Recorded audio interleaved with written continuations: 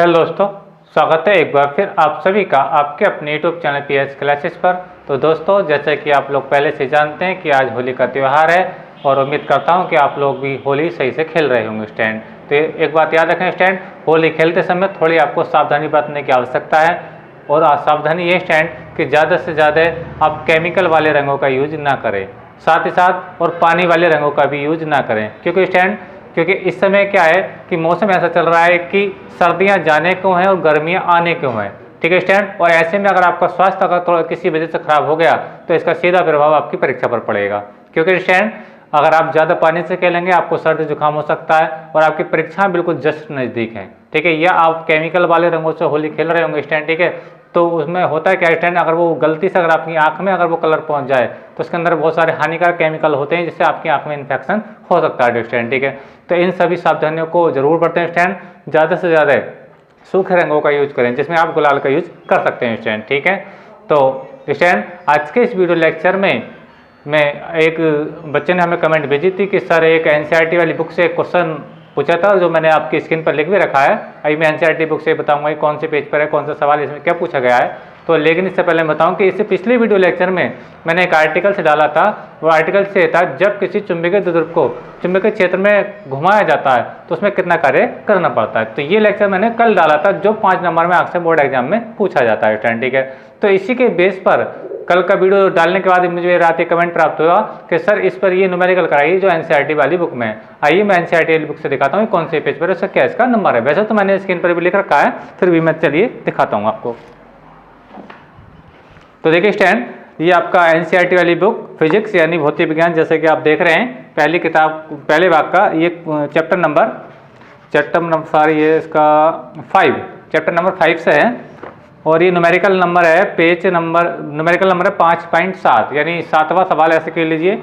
और page number पे है ये आपका 201 पेज पर। ठीक है, अब देखिए क्वेश्चन को मैं नहीं पढ़ा, क्वेश्चन को मैंने स्क्रीन पर लिखा है ताकि इस पर इसलिए रखा है ताकि आपको समझ में आए, जिन्होंने कमेंट किए ताकि उसको देखेंगे वो यही सवाल है स्टूडेंट। ठीक है, अब मैं इसको बुक को रख रहा हूँ, फिर मैं आपको समझाता हूँ क्या क्वेश्चन है और इसमें क्या पूछा गया है। याद रखें क्वेश्चन वाकई में बहुत अच्छा सवाल है और ये क्वेश्चन अगर आएगा तो कम से कम 3 नंबर में आपसे पूछा जाएगा। तो चलिए शुरू करते हैं लेक्चर को। अब देखिए मैं बुक को रख रहा हूँ।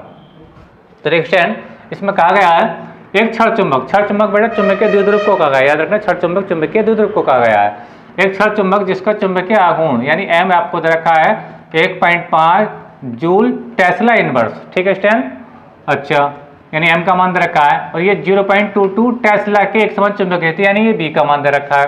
यानी कि चुंबकीय आघूर्ण यानी एम का मान है और ये क्या है 0.22 टेस्ला, यानी कि चुंबकीय क्षेत्र का मान रखा, तो चुंबकीय क्षेत्र का मान हो गया स्टैंड। ठीक है, एक समान चुंबकीय क्षेत्र के लंबवत रखा गया है। कैसे रखा है बेटा? लंबवत रखा गया है। ठीक है, अभी क्या क्या पूछा है इसके अंदर देखिए एक बहावल, ठीक है, आघूर्ण कितना कार्य करेगा, यानी चुंबकीय आघूर्ण कितना कार्य करेगा, इसका ए पार्ट है, समझें। यदि चुंबक को क्षेत्र के, अब देखो पहले कंडीशन क्या गया, क्षेत्र को लंबवत रखें, नंबर 2 विपरीत दिशा में संरेखित करने के लिए मतलब घुमा दें। तो देखिए सवाल को मैं समझाता हूँ, लैंग्वेज क्या है मैं आपको समझाने का प्रयास करता हूँ। देखिए स्टैंड, देखिए ये कुछ मान लीजिए ये मेरे हाथ में मार्कर है, ये चुंबकीय द्विध्रुव है, ये चुंबकीय द्विध्रुव है। ठीक है, तो पहली स्थिति में क्या कहा है, पहले में इसको लंबवत करना है। कैसे करना है बेटा? लंबवत। देखिए ऐसे ही चुंबकीय क्षेत्र देख रहे हैं, तो प्रारंभिक स्थिति क्या है इसकी? प्रारंभिक स्थिति ये बेटा कि चुंबकीय ध्रुव इसके चुंबकीय क्षेत्र कैसा बेटा? समांतर रखा है। कैसा रखा है? समांतर। और जब चुंबकीय ध्रुव चुंबकीय क्षेत्र के समांतर होता है तो उस स्थिति में थीटा क्या होता है, यानी थीटा जो बन होता है वो आपका कितना होता है बेटा? 0 होता है। क्या होता है बेटा? 0, यानी जब इसके समांतर रखा था स्टैंड। ठीक है, अब उसने क्या कहा, उसको लंबवत करना है। क्या करना है बेटा? लंबवत करना है। तो लंबवत करने के लिए मुझे क्या करना पड़ेगा, इसको इस टाइप से घुमाना पड़ेगा, तभी तो 90 अंश के कोण पर आएगा। लंबवत का मतलब थीटा 90 अंश घुमाना है मुझे, यानी प्रारंभिक स्थिति क्या थी इसकी बेटा? 0 थी। ठीक है, उसको मुझे क्या करना है, इसको लंबवत करना है, यानी किसी का लंबवत? चुंबकीय क्षेत्र का लंबवत करना है। तो थीटा कितना हो जाएगा जब मैं इसको लंबवत करूंगा? लंबवत करने पर ये जो द्विध्रुव है आपका कुछ ऐसा दिखाई देगा। तो ये चुंबकीय क्षेत्र के साथ कितने अंश का कोण बना रहा है बेटा? आपका 90 अंश का कोण बना रहा है, यानी थीटा 2 जो हो जाएगा बेटा आपका कितना हो जाएगा? वो 90 अंश हो जाएगा। तो बेटा आपसे यही पूछा गया है कि इसके चुंबकीय क्षेत्र के समांतर स्थिति से लंबवत स्थिति में लाने के लिए कितना कार्य करना पड़ेगा। चलिए, तो आपको समझ में आया होगा कि इसमें 2 एंगल बन रहे हैं। 2 एंगल कैसे हैं? जब द्विध्रुव इसके चुंबकीय क्षेत्र के समांतर था तो थीटा 1 कितना था? 0 था। फिर हमने इसको घुमा करके कैसे कर दिया बेटा? ऐसे कर दिया, इसके लंबवत कर दिया तो थीटा 2 कितना हो गया बेटा? आपका 90 हो गया। ठीक है। चलिए अब देखिए मैं समझता हूँ।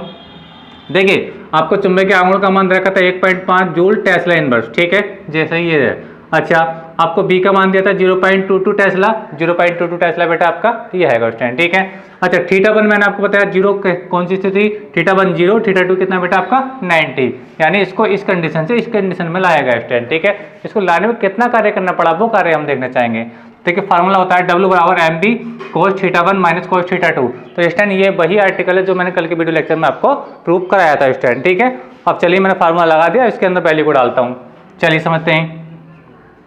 देखिए m का मान डालिए, m कितना है 1.5, ठीक है स्टैंड। b का मान डालिए 0.22, 0.22, ठीक है स्टैंड। अच्छा और फिर क्या है कॉस थीटा वन कितना बेटा 0, तो cos 0 minus cos theta to कितना बेटा, वेरी गुड कॉस 90 स्टैंड, ठीक है। अच्छा इसी गुणा कर लीजिए। देखिए पॉइंट को बाद में लगा लेंगे, पहले आपको इसको 22 समझो, इसको 15 समझो, ऐसा समझ लीजिए। तो 15 दूनी 30, 30 का 0 हो जाएगा, हासिल हो जाएंगे 3, 15 दूनी 30 और 3 कितने जाएंगे बेटा 33 हो जाएंगे, कितने जाएंगे 33, ठीक है। पॉइंट देखो पॉइंट 1 2 2 का पॉइंट यहाँ पे है और 1 का पॉइंट है, तो कुल मिलाकर पॉइंट 3 के बाद हो गया, तो 1 2 3 यानी पॉइंट बिल्कुल आगे आ जाएगा यहाँ पर, ठीक है स्टैंड। तो कहने का मतलब मेरा ये इसका जो गुणा करके आया आपका 0.33, ठीक है स्टैंड। अच्छा आगे चलते हैं। कोस 0 का मान कितना होता है 1 होता है, कितना होता है बेटा 1, और ये क्या कोस 90 मान कितना होता है बेटा 0 होता है स्टैंड, ठीक है। अच्छा अब 0 को तो छोड़ देंगे, ठीक है। जब 1 की गुणा में इससे कराऊंगा किससे 0.33 से, तो बेटा कितना आएगा 0.33 आएगा, कितना आएगा बेटा 0.33। तो देखिए समझिए बात को, यानी W का मान जब आएगा स्टैंड तो क्या आएगा देखिए समझो, इसको तो लिखने को फायदा नहीं है, 1 की गुणा इससे कराओगे 0.3 तो कितना आने वाला है, वेरी गुड 0.33। इस 0 को लगाया मतलब कोई आ सकता नहीं है जूल। तो याद रखें आपको द्विध्रुव को स्थिति थीटा वन से थीटा टू यानी 0 से 90 लाने में कितना कार्य करना पड़ेगा, 0.33 जूल कार्य करना पड़ेगा, जो इसका पहला ऑप्शन था स्टैंड, ठीक है। अच्छा देखिए अब दूसरे ऑप्शन को देखते हैं। दूसरे ऑप्शन में कहा गया है विपरीत दिशा में संरेखित करने के लिए घुमा दें, विपरीत दिशा में संरेखित करने के लिए घुमा दें, यानी कहा यह क्या स्टैंड, ठीक है, कि प्रारंभिक स्थिति में तो थीटा यही रहेगा, कितना 0 रहेगा, लेकिन अब इसको करना है कि आप देख रहे मार करके 9 किधर है, इसको कैसे लाना मुझे, विपरीत दिशा ये होती है, यानी इस कंडीशन में, यानी अब जो एंगल आएगा थीटा टू का मान आएगा 180 अंश, कितना आएगा बेटा 180 अंश। पहले कंडीशन ये थी, पहले 0 से कितना आया था 90, लेकिन अब 0 से 90 नहीं, उन्होंने कहा विपरीत दिशा में। विपरीत दिशा का मतलब होता है बेटा 180 अंश के एंगल पर इसको घुमाना है, कितने में घुमाना है 180 अंश पर, ठीक है। यानी थीटा टू का जो मान रहेगा आपकी बार वो कितना रहेगा बेटा आपका, थीटा टू कितना रहेगा, वो रहेगा 180 अंश, ठीक है। और थीटा वन तो पहले से ही आपका कितना बेटा 0 है स्टैंड, ठीक है। चलिए अब मैं समझाता हूँ आपको इसका सेकंड पार्ट, यानी इसका देखिए दूसरा पार्ट क्या है। तो देखिए फार्मूला रहेगा आपका पास, फार्मूला वही है क्या, W बराबर M B cos theta one. तो थीटा वन की जगह चलिए मैं पहले फार्मूला लगा देता हूँ, theta one minus cos theta two, ये तो मैंने फार्मूला अप्लाई कर दिया स्टैंड, ठीक है। अब थीटा वन की जगह तो 0 रहेगा, लेकिन आप द्विध्रुव को कैसे लाए बेटा, इसको ऐसे करके घुमा करके ऐसे लेकर के आए, यानी थीटा कितना जाएगा आपका 180 अंश थीटा टू का मान। तो देखिए मैं रखता हूँ, देखिए एम और बी का मान देखिए, एम का मान है 1.5 और बी का मान है 0.22, ठीक है। अच्छा कोस थीटा वन तो पहले से ही मैंने बताया आपको 0 है सॉरी। तो देखिए तो कॉस 0 माइनस कॉस 180 स्टैंड, याद रखें विपरीत दिशा में उसको संरेखित करते हैं तो कितने अंश पे घुमाया जाता है, 180 अंश कोण पर घुमाया जाता है। चलिए इसकी गुणा मैं आपको पहले से बताता हूँ कितनी आई थी, 0.33 आई थी, कितनी आई थी बेटा, मैं इसको थोड़ा अलग कर देता हूँ ताकि आपको समझने में दिक्कत नहीं आए। तो समझे आप W बराबर यह आएगा 0.330, ठीक है स्टैंड। अच्छा कोस 0 कहाँ होता है 1, कितना होता है बेटा 1 माइनस, ये क्या कोस 180 और कोस 180 1 कितना होता है माइनस के 1, तो ये माइनस का 1 तो क्या हो जाएगा बेटा, ये प्लस का 1 हो जाएगा। आइए समझ में आ रहा होगा, ठीक है स्टैंड।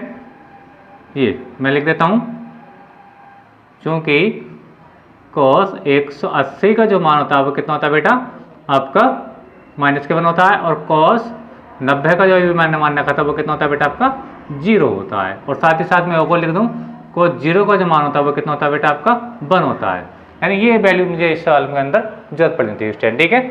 अच्छा अब देखिए ये हो जाएगा W बराबर गुणा कर दूंगा तो 0.33, ये 0 लेने कोई फायदा नहीं, एक कितना जाएगा बेटा 2, तो 2 से जब गुणा कराऊंगा तो W बराबर स्टूडेंट आएगा आपके पास 0.236 जूल। तो कहने का मतलब ये है मेरा कि स्टैंड जब मैं इसको विपरीत दिशा में संरेखित करूंगा, विपरीत दिशा में संरेखित करूंगा तो मुझे कार्य कितना करना पड़ेगा 0.66, यानी इसका डबल हो गया। ये 0.33 था, ये कितना 0.66 हो गया। ऐसा क्यों हो गया? क्योंकि थीटा भी तो दुगना हो गया। पहले थीटा कितना था आपका 90 था, कितना था बेटा 90, लेकिन अब थीटा 2 कितना आपका 180 अंश है, यानी थीटा 1 पर तो कोई इफेक्ट है नहीं। थीटा 1 तो पहले भी 0 था और वो अब की बार भी 0 है, ठीक है। लेकिन थीटा 2 पहले का दुगना हो गया तो वर्ग भी कितना हो गया बेटा आपका 2 गुना हो गया। आई होप के समझ में आया होगा। अब चलते हैं आगे। तो इसके पहले और दूसरे ऑप्शन हो चुके हैं। अब इसके बी पार्ट में क्या पूछा है, देखिए तो इसका ए पार्ट था, ए पार्ट के भी 2 पार्ट थे 1 और 2। अब इसके बी पार्ट में क्या पूछा गया, स्थिति 1 यानी हम स्थिति 1 क्या 0 से 90 वाली है ना, एवं स्थिति 2 क्या थी 0 से 180, ठीक है स्टैंड। पर कितना बल आघूर्ण कार्य करना पड़ेगा, यानी बल आघूर्ण और पूछा है, तो बल आघूर्ण का मतलब टो का मान पूछा। चलिए बहुत आराम से बता देंगे स्टैंड। अब इसका आप स्क्रीनशॉट ले लीजिए, या चलिए मैं जो वैल्यू जो मैंने आपको बताया इनको मैं रख के देता हूँ, ठीक है। और जो दोनों ऑप्शन है वो यहीं पे आपको मैं सोल्व करके दिखा रहा हूँ स्टैंड, ठीक है। चलिए तो मैं इसको देखिए साफ कर रहा हूँ, क्वेश्चन को साफ नहीं कर रहा हूँ, क्वेश्चन का आप सही से स्क्रीनशॉट ले लीजिए। मैं केवल इसको साफ कर रहा हूँ जो मैंने आपको बताया था। cos 180 का मान माइनस के मान, cos 90 का मान 0, cos 0 का मान 1, ठीक है स्टैंड। चलिए मैं इसको थोड़ा पृथक कर देता हूँ ताकि आपको समझने कोई दिक्कत ना आए, ठीक है। तो मैं बी पार्ट पे चलता हूँ, कहाँ चलता हूँ बेटा बी पार्ट पे। स्थिति 1 क्या थी, थीटा कितना घुमा था 0 से 90, तो परिणामी थीटा जो रखेंगे वो कितने से घुमा 90 अंश तो घुमा है, यानी प्रारंभिक स्थिति पे थीटा कितना था 0 था, ठीक है। उसको कहाँ कर दिया था, उसको लंबवत कर दिया था 90 कर दिया था, तो कुल मिलाकर दूसरी तरफ कितना घूम गया 90 अंश से घूम गया। अरे भाई समांतर था, ठीक है। अब इसको हमने ऐसे कर दिया तो कितने अंश के कोण पर घूम गया 90 अंश के कोण पर घूम गया, ठीक है। तो याद रखना मुझे 90 का यूज करना पड़ेगा। देखिए सुनिए सूत्र होगा इसका पहला पार्ट, ठीक है। बल आघूर्ण पूछा है, बल आघूर्ण, इसका सूत्र आप लोगों को पहले से पता होगा, मैंने ही प्रूफ करा दिया है। टो बराबर क्या होता है बेटा, टो बराबर होता है बेटा आपका mb sin theta, mb sin theta, ये बल आघूर्ण का सूत्र है, ठीक है। अब थीटा के मान जगह पहली स्थिति में कितना आएगा, ठीक है, वो आएगा आपका 90, या यूं कहिए थीटा 2 की वैल्यू हमें रखनी, कहने का मतलब ये है मेरा, ठीक है। तो देखिए तो टो बराबर हो जाएगा आपका m का मान तो आप जानते हैं पहले से ही कितना है 1.5, b का मान भी आप जानते हैं 0.22, और साइन 90 कितने पे घुमा है वो 90 अंश से घुमा है, ठीक है। यानी प्रारंभिक स्थिति जो इसमें कहा था, यानी थीटा कितना हुआ 0 से 90 हुआ था ना, तो प्रारंभिक थीटा कितना 90 अंश से रहेगा, ठीक है। तो इस साइड 90 मान हो जाएगा 1, तो इसी जब मैं गुणा कराऊंगा स्टैंड तो आएगा 0.330 इंटू 1, ठीक है। तो कुल मिला के टो का जो मान आ गया स्टैंड पर कितना आ गया आपके पास 0.33 आ गया, 0.33, ठीक है, न्यूटन मीटर। ये बल आघूर्ण का मात्रक होता है स्टैंड, ठीक है, न्यूटन मीटर, ठीक है। अच्छा अब इसकी भी पहली स्थिति बी पार्ट की तो पहली स्थिति ये हो गई। अब बी पार्ट की दूसरी स्थिति क्या है, अब चुंबक पर कितना बल आघूर्ण होगा, ये दूसरी स्थिति है। जब थीटा कितना था 180, कितना घुमाया था इसको 180, यानी इस स्थिति से इस ऐसे लाए थे, तो अब थीटा कितना रहेगा 180 रहेगा, ठीक है। अच्छा इसका चलो मैं यहाँ पर कर देता हूँ इसका दूसरा पार्ट, ये समझ लें। तो ये टो बराबर हो जाएगा, मैं डायरेक्टली फार्मूला नहीं लिख रहा हूँ, मैं लिख रहा हूँ एम का मान लिख दीजिए 1.5, बी का मान लिख दीजिए 0.22, और साइन 180, ठीक है। ये जो साइन 180 है बेटा इसका मान कितना होता है 0 होता है, और जब इसका मान 0 होता है तो 0 की गुणा इस टर्म से जब गुणा कराओगे तो सारा टर्म क्या हो जाएगा बेटा 0 हो जाएगा। जी आपको समझ में आ रहा होगा, मैं कह रहा हूँ आपसे। तो टो बराबर हो जाएगा, ये तो गुणा आएगी 0.33 और 0, और ये हो जाएगा साइन, इन दोनों गुणा तो यार ही बार बार, और ये 0, तो ये टो बराबर कितना आ गया बेटा आपका, टो बराबर आपका 0 न्यूटन मीटर बल आघूर्ण का मात्रक, ठीक है। तो ये स्थिति में पूछा था। तो ये जो इस क्वेश्चन के चारों पार्ट थे मैंने आपको सोल्व कराया स्टैंड, ठीक है। एक बार तो फिर से रिवाइज करा रहा हूँ। पहले तो इसने पूछा था कि द्विध्रुव को इसकी समांतर स्थिति से लंबवत लाने के लिए कितना कार्य करना पड़ेगा, तो आपसे हमने कितना बताया बेटा इतना आया था। जब थीटा कितना था उसने लंबवत के लिए 90 अंश, ये आपको पता होना चाहिए, जब लंबवत की बात आएगी तो थीटा 90 अंश होगा। फिर उसने कहा था कि इसको विपरीत दिशा में संरेखित कर दें तो थीटा कितना हो जाएगा 180 अंश हो जाएगा। तो इसी फार्मूले में थीटा 1 चेंज नहीं रहेगा, थीटा 1 तो दोनों स्थिति में करेगा 0 रहेगा, लेकिन थीटा 2 चेंज हो जाएगा, पहले रहेगा आपका 90 θ2, फिर रहेगा θ2 कितना रहेगा 180 रहेगा।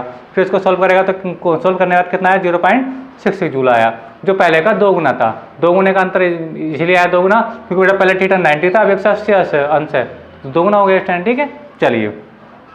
अच्छा, फिर उसने पूछा था दोनों स्थितियों में बलागुण का मान कितना आएगा, टो का मान कितना आएगा। यानी जब θ 90 था तो बलागुण कितना आया बेटा आपका इतना आया। ठीक है, लेकिन जब θ कितना हो गया आपका 180 अंश हो गया। ठीक है, तो वो बात करता है डिपेंड करता है θ पर, बलागुण का डिपेंड करता है θ पर। और θ कितना आपका 180 और साइन 180 वन कितना होता है बेटा 0 होता है, और 0 गुणा कराएगा तो सारा टर्म क्या हो जाएगा बेटा ये 0 हो जाएगा। जबकि साइन 90 का मान कितना होता है बेटा 1 होता है, 1 से गुणा कराएगा कोई इफेक्ट नहीं पड़ेगा। ठीक है स्टैंड, आई क्वेश्चन में आ रहा होगा। तो ये वो क्वेश्चन था स्टैंड। देखिए जब ये θ 180 था, मैं आपको बता देता हूँ 0 क्यों आया। जब ये घूम करके ये ऐसा आ गया, ठीक है, तो ये द्विध्रुव एक बार इधर को लगेगा और एक बार इधर को लगेगा, यानी वो उधर खींचेगा, यानी ये घूमेगा नहीं द्विध्रुव, यानी इस टाइप से ये ऐसी वाली कंडीशन हो जाएगी, बिल्कुल ऐसे द्विध्रुव खींचेगा नहीं, सॉरी ये इस टाइप से। ठीक है, 180 वाली कंडीशन पे आई क्वेश्चन में आ रहा होगा है ना, इसलिए इस अंगुल का जो मान आया कितना आया बेटा 0 आया। तो स्टैंड वीडियो आपको समझ आया तो वीडियो को भी लाइक कीजिए, शेयर कीजिए और कमेंट कीजिए, और चैनल पर नए हैं तो चैनल को सब्सक्राइब भी कर लीजिए। तो स्टैंड मेरी ओर से आप सभी को एक बार फिर से होली की बहुत बहुत बधाइयाँ। तो तरीके से होली मनाइए, और होली मनाने के साथ साथ बेटा पढ़ाई को मत भूलिए, क्योंकि अभी एग्जाम होता है आपके बिल्कुल नज़दीक है स्टैंड। ठीक है, चलिए शुरू कर, अब मिलेंगे अगली वीडियो में, तब तक के लिए धन्यवाद। इसका स्क्रीनशॉट ले लीजिए।